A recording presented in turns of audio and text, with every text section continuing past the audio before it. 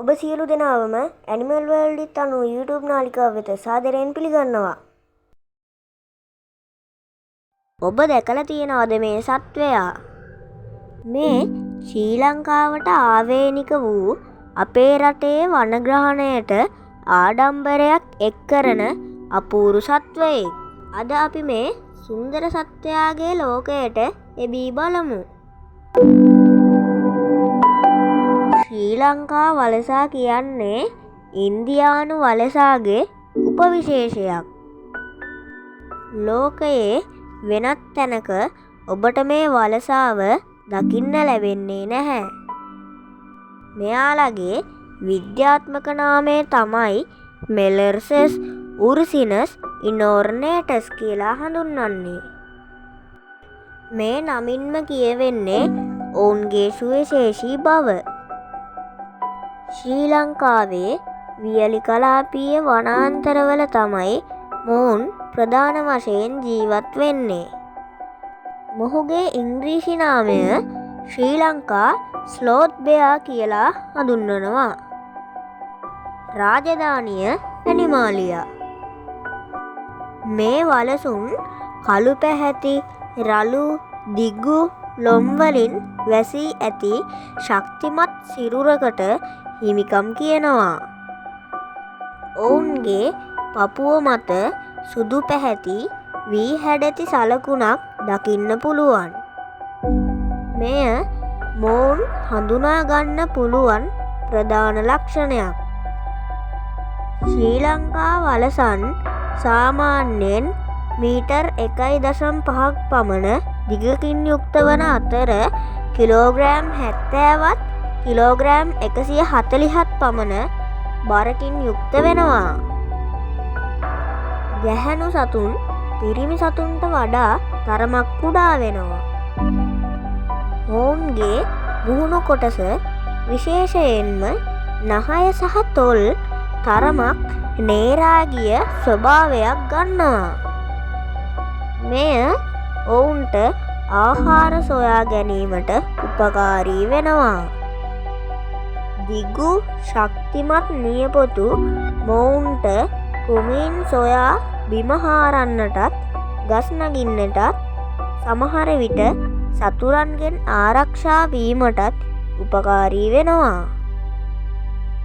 මොවුන්ගේ දත් සහ හකු ශක්තිමත් වූවත් මොවුන්ගේ ප්‍රධාන ආහාරය කුඩා කෘමීන් නිසා ඒවා විශාල මාංශ භක්ෂකයන්ට තරම් තියුණු නැහැ.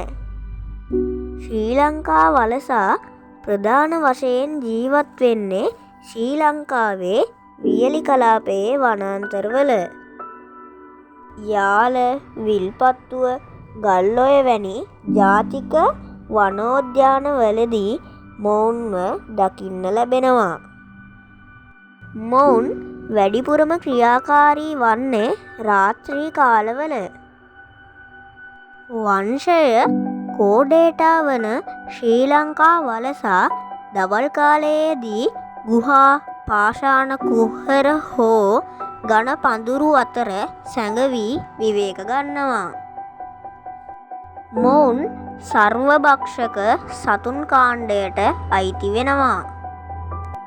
කෘමීන් විශේෂයෙන්ම වේයයන් සහ කූඹින් මොවුන්ගේ ප්‍රධාන ආහාර බවට පත්වී තියෙනවා. වලසා තමන්ගේ ශක්තිමත් නියපොතු වලින් වේගුල් හාරා විශේෂයෙන් සකස් වූ තොල් වලින් හා දිගු දිවෙන් වේයන් උරා බොනවා. ඊට අමතරව පළතුරු, බෙරි වර්ග, මී පැණි සහ කුඩා සතුන් පවා ආහාරය සඳහා යොදා ගන්නවා. මී පැණි කියන්නේ මොවුන්ගේ ප්‍රියතම ආහාරයක්.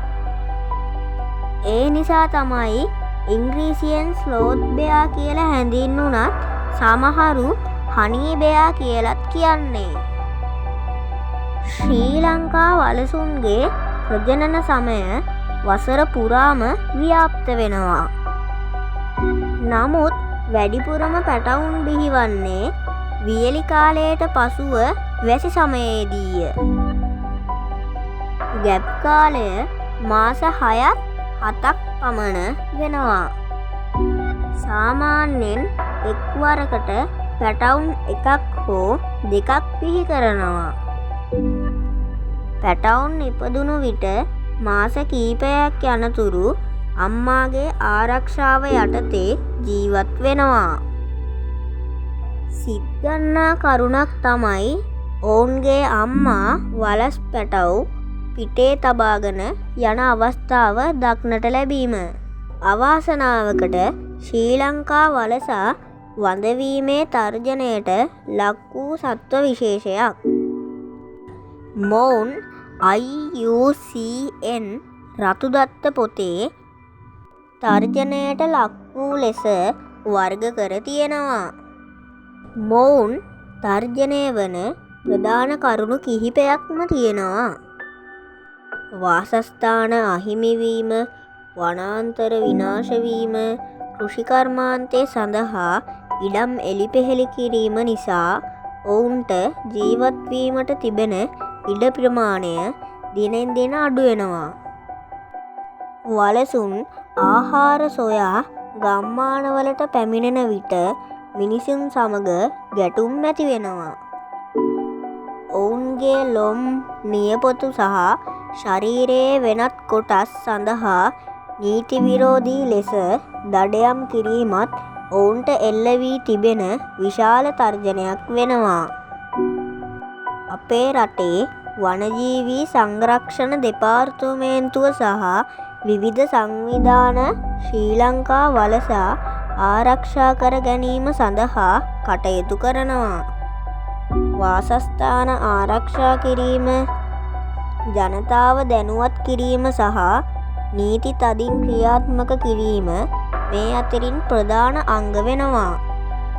ශ්‍රී ලංකා වලසා කියන්නේ අපේ රටේ ජෛව විවිධත්වයට වැදගත් වන කොටසක්. මේ අපූරු සත්වයාව ආරක්ෂා කර ගැනීම අප සැමගේ වගකීමක්. මොවුන් ආරක්ෂා කර ගැනීම තුළින් අප පරිසර පද්ධතියේ සමතුලිතතාවය රැක ගැනීමට පුළුවන්. එම නිසා අපි ශ්‍රී ලංකා වලසාව ආරක්ෂා කර ගනිමු.